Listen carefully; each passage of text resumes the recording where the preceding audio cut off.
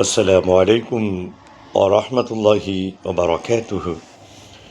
உங்கள் அனைவரின் மீதும் ஏக இறைவனின் சாந்தியும் சமாதானமும் உண்டாகட்டுமாக. சிந்தனைக்கு சில மணித்துளிகள். உலகத்தினுடைய எல்லா திசைகளிலிருந்தும் செய்திகளை இலகுவாக பெற்றுக்கொள்ளக்கூடிய ஒரு காலத்திலே நாம் இருக்கிறோம்.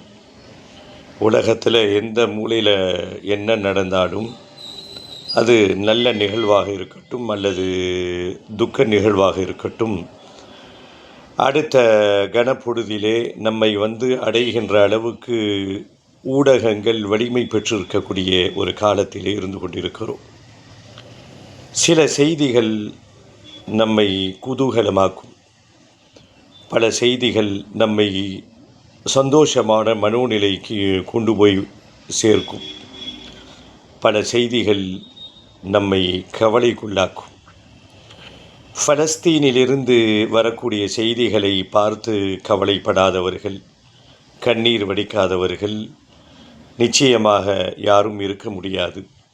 கல்லெஞ்சக்காரர்களாக இருந்தாலும் பலஸ்தீன மக்கள் படுகின்ற பாடு, அவர்கள் அடைகின்ற துன்பங்கள், சில ரொட்டி துண்டுகளுக்காக, பிஸ்கெட்டுகளுக்காக அலைகின்ற அந்த பிஞ்சு சிறுவர் சிறுமியர்கள், மருத்துவமனைக்கு சென்றும் கூட உயிர் ஊசலாடி கொண்டிருக்கும் பொழுது கூட பக்கத்திலே வெடிகுண்டினுடைய சப்தம், இப்படியாக அவர்களுடைய வாழ்க்கை போர்க்களமாக போய்கொண்டிருக்கிற கூடிய சூழலில் தொடர்ந்து பல ஆண்டுகளாக பலஸ்தீனுடைய அந்த அங்கிருந்து வரக்கூடிய செய்திகளை மனதை ரணமாக்குகிறது.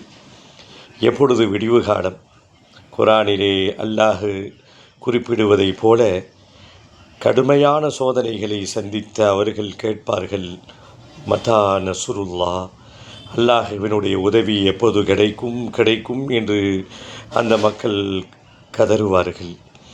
அல்லாஹ் பதில் சொல்லுவான், அலா இன்ன நஸ்ரல்லாஹி கரீப், ரொம்ப சீக்கிரமாக இறைவனுடைய உதவி கிடைக்கும். இந்த வசனத்தை பலஸ்தீன மக்களோடு நாம் தொடர்பு படுத்தி பார்க்கின்ற பொழுது அவர்களுடைய அழுகுரல் கேட்கிறது. ஆனால் எது நடந்தாலும் அவர்களுக்கு அது நன்மைகளாகவே இருக்கும் என்பதை அவர்கள் நம்மை விட புரிந்து வைத்திருக்கிறார்கள்.